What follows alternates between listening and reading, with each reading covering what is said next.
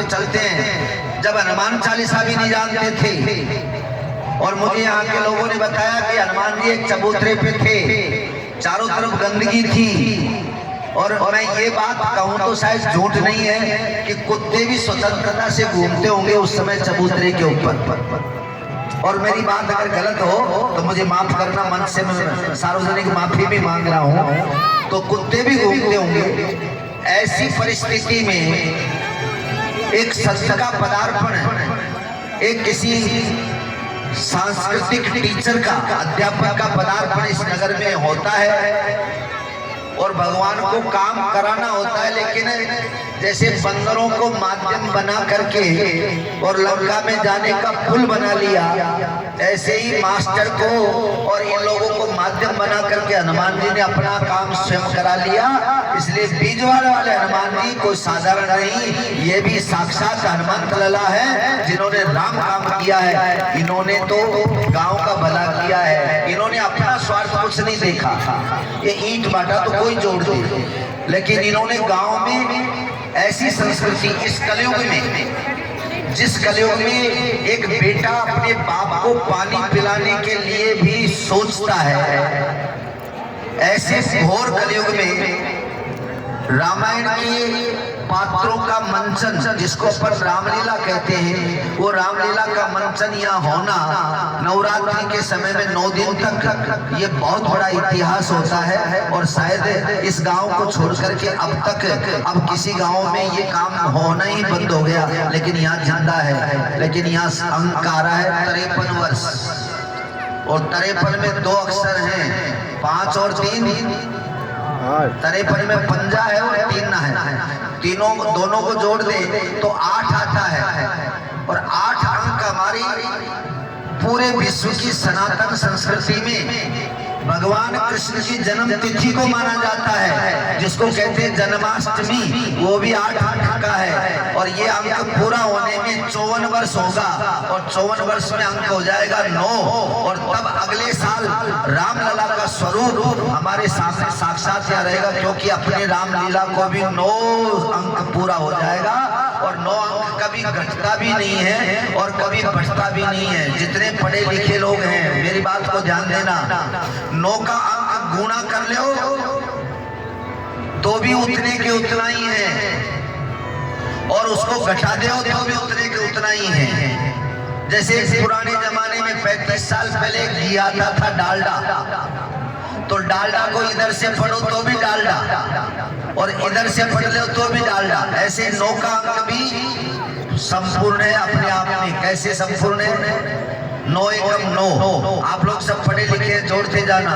9 दूनी 18, 18 में 1 और 8 होता है, दोनों को जोड़ दिया जाए तो कितना अंक आएगा? तुमने तो गुणा कर दिया, लेकिन वो तो 9 का 9 ही है। 9 3 27, 27 में भी 7 और 2 और 9 4 36, 6 3 9, 9 5 45, 5 4 9, 9 6 54, 5 4 9, 9 63, 6 3 9, 9 9 81, 8 1 9, 9 2 90, 0 परमात्मा, और 9 का 9 ही बच गया। लेकिन अभी 8 का अंक चल रहा है ना, अभी 53 वर्ष है। चलो मैं 8 के अंक की यात्रा कराता हूँ आपको। 8 के अंक की यात्रा में 5 और 3 8 होते हैं। 8 का पहाड़ा चालू करो। 8 एकम 8, 8 दूनी 16, 6 और 7, 6 और 1 जोड़ देंगे कितना हो जाएगा? यानी ये घट रहा है, और ये घटता घटता 8 पे चला जाएगा। कहां तक चला जाएगा? आगे तक जोड़ लीजिए आप। 8 3 24, फिर 1 घट गया, और 8 चौक 32, 32 में 8 3 24, 8 चौक 32, 3 और 2 5, 5 जोड़ दे तो ऊपर 6 था, फिर 1 अंक घट गया 5।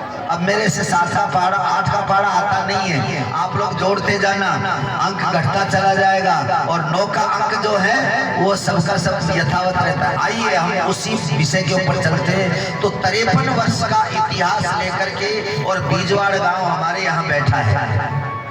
कितना बड़ा धर्म है।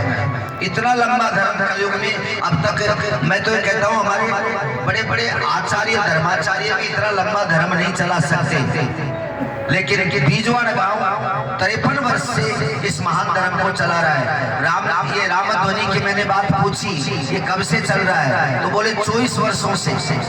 अब देखिए रामध्वनि को 24 वर्ष, जैन साहब बैठे हैं 24 तीर्थंकर, आप लोग सनातनी वैष्णव बैठे हैं 24 अवतार। कितना बढ़िया 24 का अंक हमारे जीवन में बीता है, लेकिन सबका सार एक आ जाता है कि बोले सारे चारों तरफ हम लोग घूमे, लेकिन जिस प्रकार दही को मथ करके और उसमें से घी निकाल लिया जाता है और वो घी होता है सार, और वो सार स्वरूप है भगवान राम का नाम। आज आपकी प्रत्येक गली, आपका चौराहा, ये सब के सब राम नाम से प्रभावित है। और राम एक बार बोल दे, एक बार, जितने भी आप सुन रहे हैं ध्यान देना, 24 घंटे में एक बार राम नाम अगर कोई बोल देता है, भूल से भी निकल जाता है।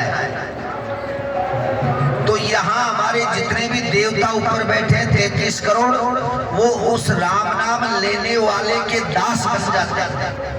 अब आपको ये बात मजाक लगेगी, लेकिन मैं आपको सिद्ध करके बताऊंगा कि किस प्रकार से राम नाम एक बार बोलने से भी हमारे जीवन में प्रभावित रहता है। जिस रामलला के आप दर्शन कर रहे हैं, इसमें भी एक ही शब्द है राम लला। राम लला तो बाद में लगा दिया, बाकी एक ही शब्द है राम।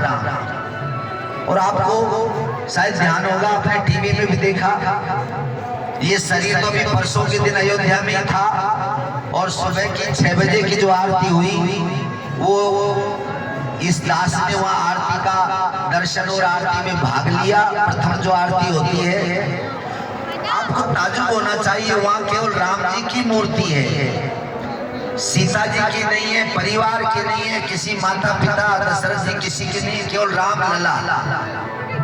आप जानते हैं ये रामलला की अकेली मूर्ति क्यों रखी, और उनका जो स्वरूप है ना, वो ऐसा है बालक जैसा। तो मैं आपको एक इतिहास जोड़ना चाहता हूँ, क्योंकि मैं प्रवक्ता हूँ और कम से कम 20 साल भी मैंने पैरवी की है इस राम मंदिर के लिए अखाड़े की तरफ से। वहाँ जो केस दर्ज था सुप्रीम कोर्ट, हाई कोर्ट में, वहाँ ये लिखा गया था कि राम जन्मभूमि की पार्टी कौन है, तो वहाँ बताया कि नाबालिग राम, नाबालिग यानी अभी बालिग नहीं हुए, बच्चे ही हैं। तो ये बच्चे थे और ये केस कोर्ट में केस लड़ रहे थे, इनका नाम वहाँ दर्ज था। अब बोले इसके लिए केस लड़ेगा कौन, तो बोले इसके लिए केस वो लड़ेगा जैसे किसी का बच्चा मूक हो, बधिर हो, बोल नहीं सकता, तो उसका दादाजी लेकर के जाता है, और दादाजी नहीं है तो उसकी पैरवी वकील करता है। तो रामलला की वारिस कौन है, उन्होंने कहा इसके वारिस है निर्मोही अखाड़ा। तो जब तुम्हारे देश में कांग्रेस, बीजेपी